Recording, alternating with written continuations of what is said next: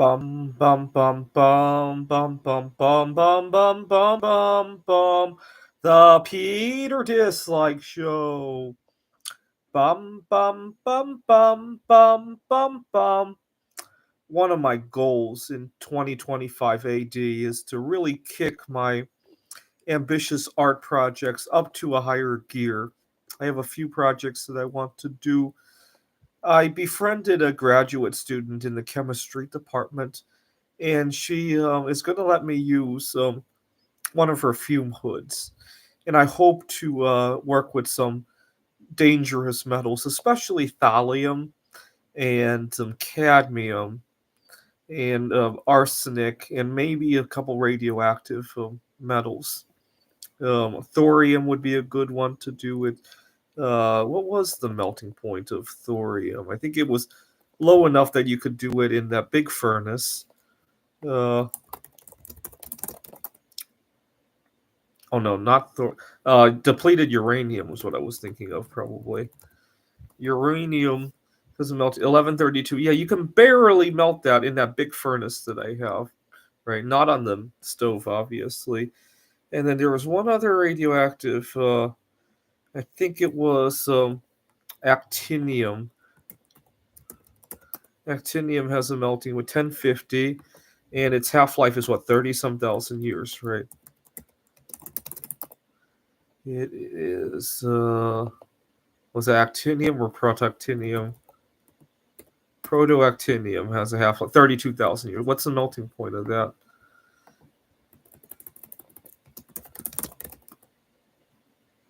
Oh, it's too high. Okay, so maybe just depleted uranium then. So I hope to do that. Now, a lot of people don't realize that their smoke detector also contains a radioactive element called americium.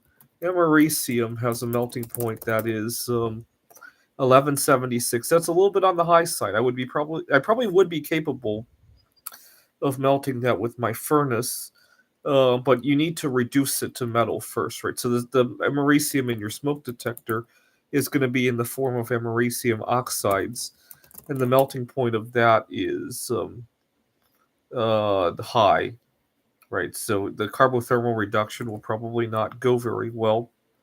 But what I'm thinking of is if I can collect a lot of expired smoke detectors, right? Smoke detectors that are at least 10, 20 years old. Some of the americium will have decayed into neptunium 237. Neptunium has a melting point of just 638.8 degrees Celsius, and neptunium oxide has a melting point. Okay, that's a little bit on the high side, but I suspect the carbothermal reduction will probably still go, right? Because the neptunium will melt and take away from the. It's kind of like tin oxide, right? Tin oxide also has a very high melting point, but the carbothermal reduction will go at a considerably lower point than that. And some neptunium has a melting point of 638 points, just a little bit over the tin that the zinc that I often like to work with. And if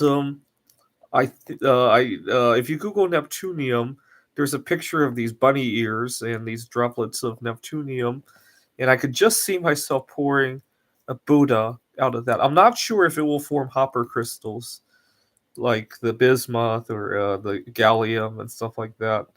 I guess we'll have to try it to find out. But if it does form hopper crystals, just the random radioactive decay of that would probably make interesting randomness to the crystals, right? But of course, I'll need a million or so expired smoke detectors.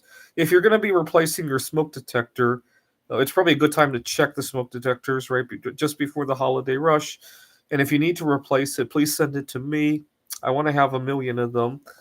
That's going to be a tough one because even if the smoke detector is 20 years old, the half life of americium is 430 some years. Let me see if I can find that decay chain. The Neptunium series. So Neptunium has a half life of 2 million some years, if I remember correctly. It decays into protoactinium, which has a half life of 26 or so days, which then decays into uranium 233. It's got a half life of 159,200 years. thorium, radium, actinium, francium, astatine, and then bismuth 213, right? Which has a half life of just 45.59 minutes, right? Imagine making a bismuth crystal out of one of those radioactive isotopes of bismuth. Although there are longer ones, bismuth 208 is probably your best bet if you insist on making a radioactive bismuth crystal. There's also a bismuth 210 metastable, if you could believe that. It has a half life of hundreds of thousands of years, if I remember correctly. Um, but if you're going to do that, another thing you could try is a polonium 209. It doesn't occur naturally, but polonium 209 has a half life of 125 years. And judging by the chemistry of polonium, I suspect it forms crystals similar to bismuth, and probably even better because polonium floats very high. The solid floats very high on the liquid, much more so than bismuth. Um, Neptunium probably doesn't float on its liquid, so it might be interesting to see how that turns out. It's mostly going to be casting things out of Neptunium. Um, but I can't wait to give that a try. I can already see myself with millions and millions of smoke detector uh, uh, uh, uh, um ionization chambers, breaking them apart and putting them into my furnace along with carbon to reduce the neptunium into metal and then pouring it. I can already see myself doing that. And I just need a million expired. The older the smoke detector, the better, right? Because smoke detectors start their lives with americium in them, right? So the older, the better, right? Please send me your old smoke detectors.